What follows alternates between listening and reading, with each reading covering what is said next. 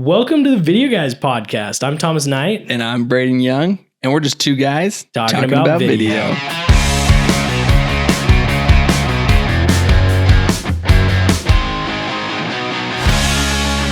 That was better. Yeah. That was better. Today we are talking about our biggest mistakes as filmmakers. We actually recorded this podcast already and didn't record Thomas's mic. So round two, baby. Yeah. Which is a perfect segue into video mistakes. So I think anybody who has gotten into video, there's a massive learning curve. Yeah. Especially, in video itself, but also the business side of things. And we've all made some massive mistakes. I think about, for me, one mistake that I've made a couple times that has been super embarrassing is when I was filming weddings. Weddings were kind of tough. But when I was filming weddings, I remember a time that I filmed this first look video and I was so excited about it. And I edited it really quick and I sent it to the client and they sent it back and they were like, hey, can you change this, like this stylized thing that you did? And I liked the stylized thing, but I was like, yeah, whatever. So I changed it and sent it back to them. But I was really excited about it and I feel so bad. This was a mistake, I wouldn't do this now, but I was so excited about it and I posted it, not thinking. I posted it on social media and tagged them in it. Yeah. And I posted the version that I liked better, like an idiot. And they were actually great. They never said anything, but I could tell. I think later when I filmed the wedding, I was like, I got this feeling like they were a little frustrated. I felt so bad about it. But I didn't even realize until later. It was just way over my head. Yeah, I did the exact same thing. But I was like so excited about it, so I like posted it. And this is like one of the first weddings I filmed. And so then the bride like messaged me, he's like, hey, do you mind like taking it down? We kind of wanted to post it for like our friends and family and like wait till like right before the wedding. And I was like, oh my, she's like, I didn't want anyone to see my dress. And I was like, I took it down right away. I was like, I can't even it's like posting a commercial before the date of like the new launch of what's supposed to come out. And you're like, you just feel I terrible. didn't really think that through. Like, which I didn't really think about it like at the time. Cause it's just like, I just was pumped about this video. Yeah. But just a random mistake that's like, oh yeah. I got lots of wedding mistakes. Man. I feel like, cause weddings was the first thing I filmed. Like that was like the first thing that I really got into because it was just easy and it was like a great way to learn, by the way. Weddings are like my least favorite video now, but great way to learn. And I made a lot of random mistakes, but then you're like, dude, this is a random mistake. But it's like, wish someone would have told me this. I don't know if you made this, but when I first upgraded my camera from like, I had a T5i and then I wanted to upgrade to a 60 Mark II. So like I bought the 60 Mark II and I had bought all these lenses for the T5i. I bought like a 24 to 70, but it was like, I bought all these lenses and I'd go to attach them onto the 60 Mark II and I was like, they don't fit. And I realized there's EFS lenses that are just for like crop sensor cameras. Yeah. And I was like, wow. So I sold all the lenses and I was like, wow, this really sucks. Like I spent all this money and all this time. And then like I had to sell all these lenses back to now buy. So I used a 50 millimeter for like 6 months because it was the only lens that was like adaptable to both. Dude, nifty 50 though. You can shoot almost anything. Right. I think I shot on it for like 6 months and then I got a 24 to 70 because obviously like EF lenses are so much more expensive. But if you're going to upgrade your camera, just know that was a mistake I made. I bought all these lenses for EFS, which I wish I just would have saved the money. Yeah. Random mistake. But just randomly, it's like, oh, that was not a cost-effective move for me right there. Yeah, no, I thinking going back to weddings, when I was starting out, I would edit the weddings I would use a lot of slow motion. Yeah. And so I'd film at 60 frames a second and I would film knowing that I was going to slow down the footage. And so a lot of my movements were like a little bit quicker. Yeah. I accidentally filmed an entire wedding at 30 frames per second. And editing on that, man, it took me forever to edit that video because I was like, you're trying to deal with footage that just isn't right. Yeah, that's rough. So if I would always edit in 24 frames per second. I still do, but but if you shoot in 30 frames per second, you can slow it down 80%. Yeah. But if you shoot in 60 frames per second, you can slow it down to 40%. Yeah, twice as much. Yeah. And so I was like, dude, I was struggling. And I didn't realize that I had it on 30 frames per second naturally until like halfway through the reception. And I was like, it hit me and I like panicked and I was like, no. Oh, dude, that's rough. Yeah. Another time that could have been really bad is I was filming a wedding and I had gotten like, when you first get there, you get all these detail shots of like the venue and everything's looking nice. And I went to go check like something on my camera and it like, I had just formatted my card. So right when I went to menu, it went to like, it was on that format button. Yeah. And I like pressed it. And then I saw how full my card was. And I was thinking, and I was going to press cancel, but for some reason, just automatically pressed OK. And it's like formatting. And I'm like, oh crap. And I like tried to like stop it, you know, Yeah. but by that time it was like, they format so quick. And like, and so I lost like, you know, luckily it was at the very beginning of the wedding. Yeah, I was gonna say that would be bad if it was like the end of the day. Oh man, I was like blessings that I didn't like format that at the end of the wedding. But yeah, that was another. That could have been really, really bad. Yeah, now like my policy is if you're not done with the shoot or like if you're not going to format the card, you stay far away from the format. Because I've done that same thing. I shot for so this was just like it was like a family thing. Like it wasn't even like I was getting paid to do this, but I had just been getting into video and like we were going on a fishing trip. And it was like, dude, it was like one of the best fishing trips I've ever been on. We caught so many fish, like 20 plus fish in like these 3 days. And I was like, dude, this has been way fun. Yeah. Like I was like, I got all this footage of like my grandpa, my dad, like all my brothers together. I was like, this is like such a cool trip. And like, I just got my camera and like, so I just been filming all and I was like, I think this footage turned out so good, like so cool. And then I'm like, what is this? And I went to like format to see, and I formatted the whole card and that's the whole trip. And I was like, oh no. So then like, that was the footage like, that was going to make you famous. And you just, right. It probably just been like, I would be like a fishing videographer now. Like, if you hadn't formatted that SD card. Dude, this is not like a story per se, but I think one mistake I made, like looking back on freelancing, is like social media. Like, I know that's not the only way to market, and I don't think it's the only way you should market, but I would just post like videos on there, like my work, which is great, but I feel like that's like the first step of many to like why you would follow someone, right? Like I feel like especially now, like I'm like, dude, I could have done reels, I could have done like it's just behind the scenes of what's going on. I could have told the story of like my story of my business. I could have been like, hey, this is what I'm doing to the day. This is like what stuff I'm working on, because then people get excited about that. Right. Like I could have done all these things that I'm like, oh man, like all this behind the scenes stuff that like would have been fun for me to film and fun for people to watch. Now you can make TikToks and reels of that, which would have been way better. But it's like, oh, this is my life of being a videographer. Like, and it's like so many people more follow you, and like you get more clients because now people think this is a legit guy. Like I wish I would have done social media like way differently. And your reach on social media is so massive. It's like you can reach so many people, but I just never took advantage of it. You know who's done a fantastic job at that? Yeah. Is Austin Falter. Yes. That man. Shout out. Austin Falter Media. Yeah, Falter Media. Falter Media Co. Especially with TikTok right now. Dude, he is like an absolute legend at this stuff. He's just killing it. Yeah. But really like ever since, so I think we both met him when we were a little bit further ahead. I think we were both full time and he was just getting into it. Yeah. But from the beginning, he just did so much better than me at like, from the beginning, he was always on social media and he was like building his brand. And now he has this awesome brand of Falter Media. And it's like his TikTok is like, he's got like thousands and thousands of followers. Oh yeah. Like, I think I checked. It was like over 30K. I want to say it was like plus 20K. Yeah. And I was like, dude, he's only been doing TikTok by himself for just like a month or two, like 3 months. Like, and like he's been growing other people's TikTok, but like this great thing to show, like I can do it to someone else. I can do it for me too. Sorry. Hiccups. Oh.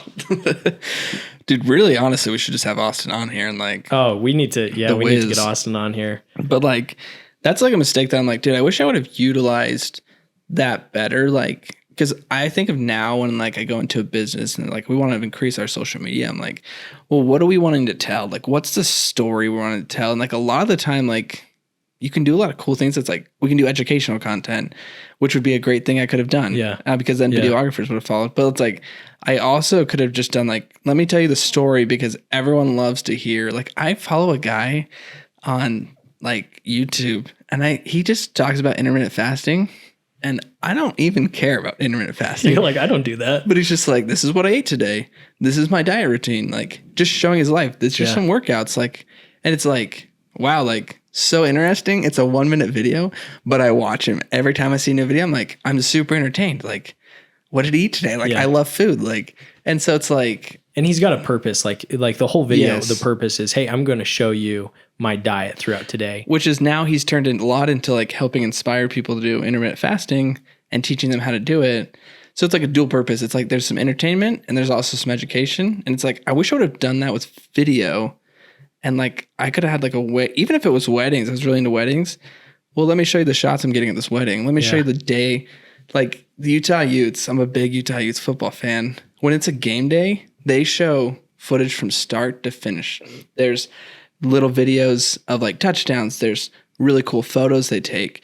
And it's like shot by shot of the whole day. I'm going through that. Of course, I'm like, I want to relive it. Like quarter 1, what's the score? Quarter 2. And it's like, I already watched the game, but now I'm seeing all this behind the scenes of like locker room. Like, what are they doing after the game? And it's like, what I could have done. Like, you could do that at a wedding. You could do that at a commercial shoot. Like, and it's like, that's so entertaining to watch. Like, that I wish some things I wish I would have done with social media. You know, another big mistake that I think a lot of videographers make, a lot of creative people make in general, is not charging enough money. Now, let me preface this. It is good when you're getting into something, do free work, go out, do passion projects, whatever. Which I know can be controversial, but do free work. But like at some point when you start charging, like I didn't realize how much I could charge and how much people would pay. Sometimes I remember my first couple weddings that I did, it was like the first 3 or 4, it was in the range. It was like $250 to like $350. It was just like nothing. I don't think I ever charged that low, but that's pretty low. 300 is my lowest.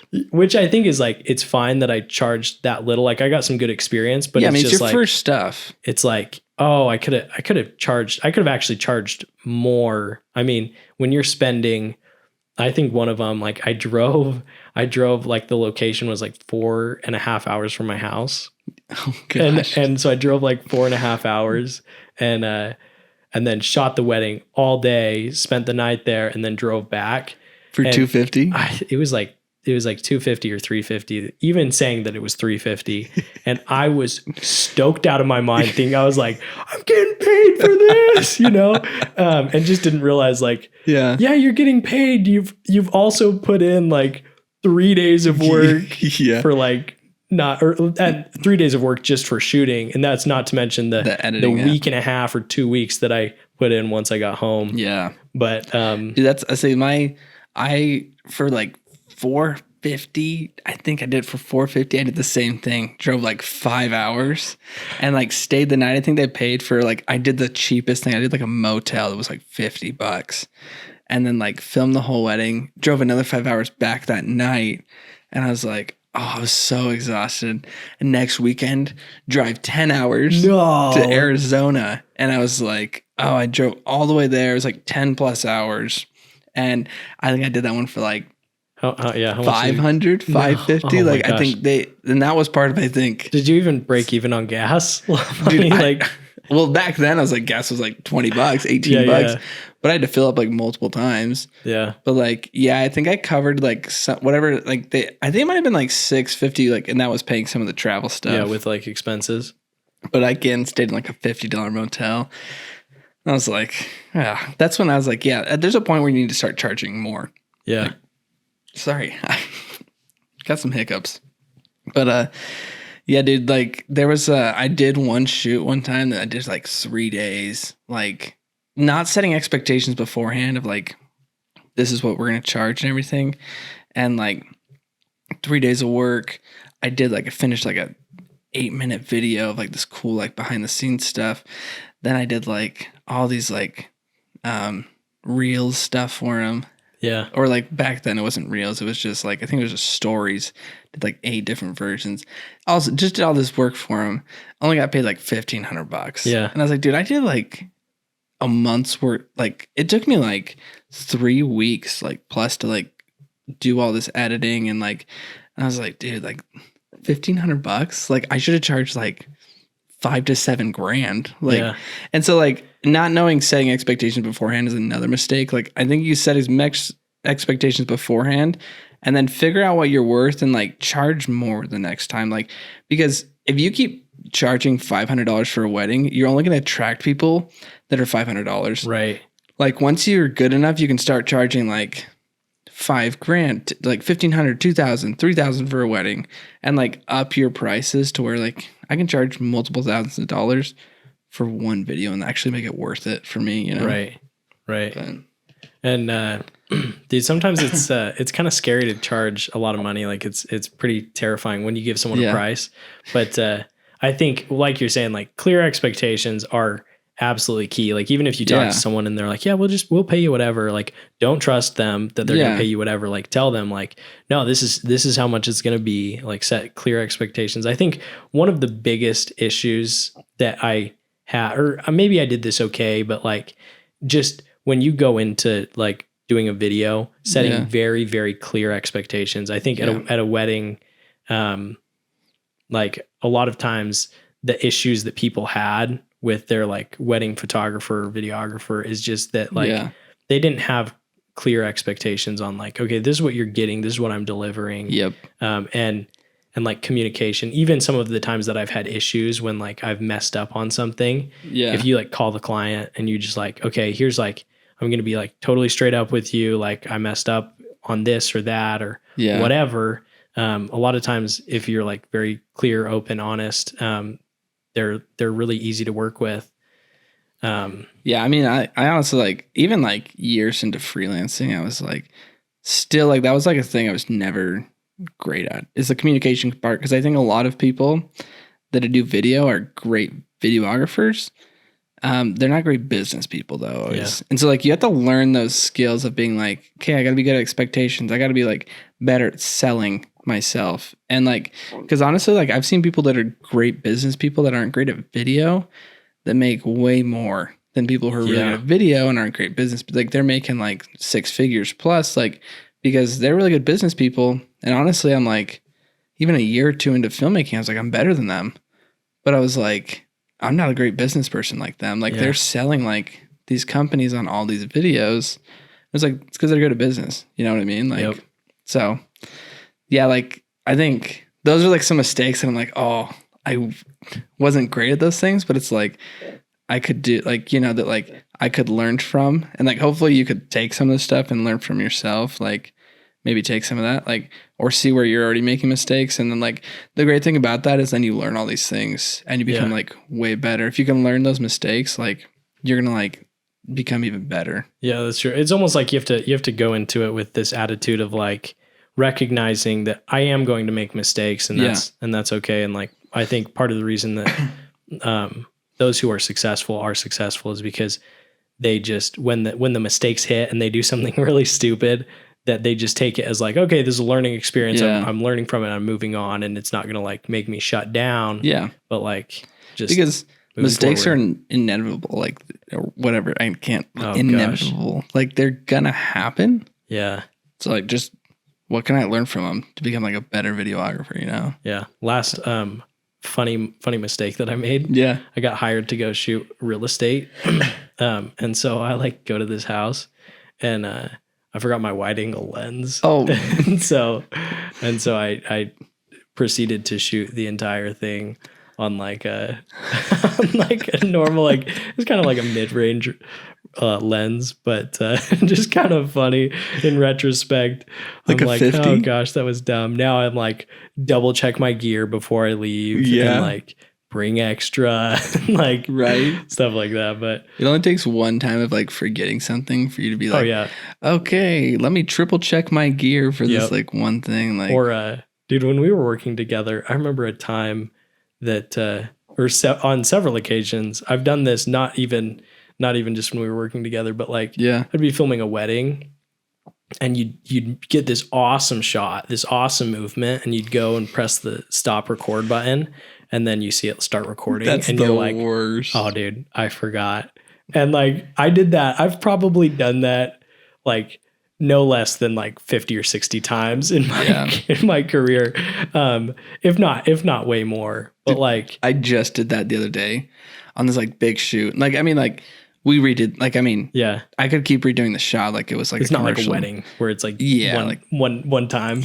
And I'm in there, I'm like filming this shot and I'm like, oh man, I did that so good. And then I like go to stop it and I'm like, I was doing that for like 2 minutes. And I was like, restart. Okay. And luckily, I mean, like, I think the photographer was doing something with like the model. So like it wasn't that big of a deal, but I was like, or, so it was like, but I was like, oh man, like, I was doing this. Been there so many times. This interview one time, and like the guy had been talking for like seriously, it was like 5 minutes, and I was like, and I look over, and the audio is rolling, and I look up at the video, and I'm like, oh crap, like video's not going at all, and so I like hurry and start it, and luckily, like I was actually able to like piece everything together with like what he said, and I re-asked some questions and everything. But you might actually just saying your name like one more time. I'm like, can you say your name and what company you work for one more time, or like just like re-go through the questions. But those mistakes, man. But I'm better at it now, and like now when I'm shooting, I always go through like this about me, that I'll start recording for like a testimonial or something. Yeah. And like I check probably like 5 times. I'm like, it's going. Yeah. Thomas would go around the room as you're recording and be like, all right, are you recording still? Are you I'm like, I've been sitting over here looking at the camera the whole time. And I'm like, he's like, let me see the audio. Like, let me double check. And I'm like, which I actually appreciate because like, there's so many times where you're like, am I recording? You just like forget like the most basic thing. Like you'll get the lighting perfect, you'll get the audio perfect, you'll get like the person's hair perfect, and then forget to record. Yeah, you're like, oh my gosh. So let's just do that one more time. That was a good take. We're gonna take number 10. Like that was a great practice run, and we're just gonna roll it one more time just in case. You're like, whoops, dude, good times. I think the same thing with like audio. Like I've done that where it's like record all the video and then you're just like, all right, we're just gonna do one more time because there was no audio recording. Exhibit A, our last podcast. Record the whole thing. True. And see, mistakes still happen. Still happen. It's like all the time. And now this time we checked the audio like 5 times, which was good. I've been sitting over here just like watching it continually. I'm like, okay, making sure am it's I still going? But yeah, man, like I hope like you guys learned something from this. Also, thanks for like 4K views on the last like reel. Yeah. I don't know. Stoked on if you're like here watching, but like listening. Thank you. Yeah, we're stoked. We got a couple listens. We have like some views and listens, and I was like, dude, some people watched. Yeah. Will they come back? Who knows? But thanks for coming around the first time. Like, we will see you guys on the next podcast. All right, we'll see you guys. Peace.